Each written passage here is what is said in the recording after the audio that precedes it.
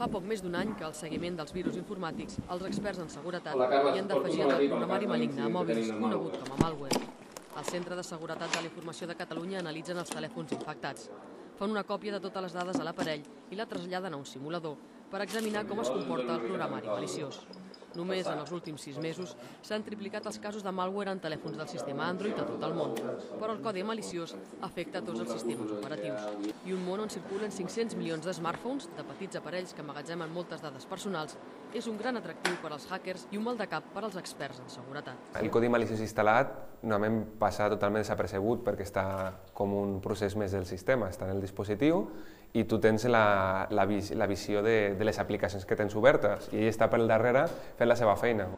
Els perills i riscos en un mòbil intel·ligent arriben en forma de SMS o e-mail que convida a baixar-se una aplicació maliciosa.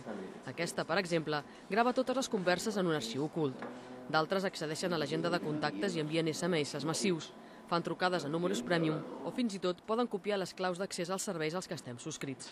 La primera recomanació per evitar la instal·lació de codi maliciós és no trencar el sistema de seguretat del telèfon per accedir a aplicacions piratejades i aplicar el seny i les mateixes mesures de seguretat que s'utilitzen amb l'ordinador personal. Sobretot, quan rebem correu electrònic o rebem SMS, no instal·lar-se coses en el teu smartphone d'orígens que no coneixem, o no visitar jocs web que no ens mereixen la nostra confiança. Esborrar el codi maliciós pot ser tan simple com desinstal·lar l'aplicació o reinstal·lar l'última còpia de seguretat que s'hagi fet.